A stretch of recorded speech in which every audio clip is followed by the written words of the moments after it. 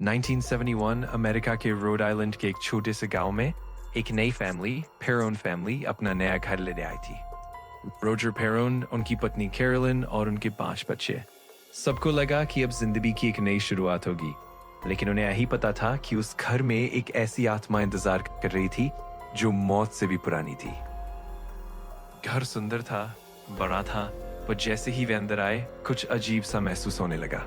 सुबह सुबह उनके कुत्ते ने दरवाजे के बाहर जाने से मना कर दिया और शाम तक वो कुत्ता मृत पाया गया। यही से शुरू हुई पेरोन फैमिली की शापित कहानी। रात के समय उनके बच्चे कहते, माँ मेरे बिस्तर के पास कोई खड़ा है, पर जब कैरोलिन देखने जाती तो वहां कोई नहीं होता।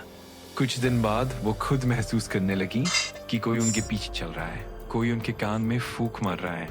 रात कैरोलिन ने देखा एक काली औरत पुराने गाउन में उनके बिस्तर के पास खड़ी थी।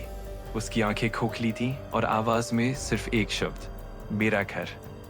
अब हिलने लगी, फ्रेम गिरने लगे और एक दिन कैरोलिन के शरीर पर दाग उभर आए जैसे किसी ने उन्हें काट लिया हो।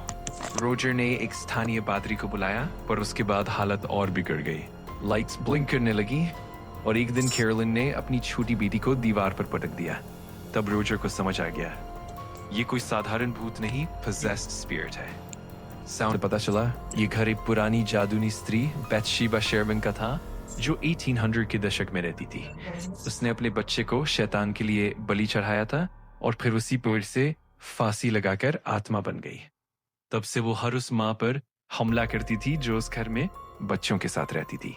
उसी बैथशेबा की शिकार बन चुकी थी।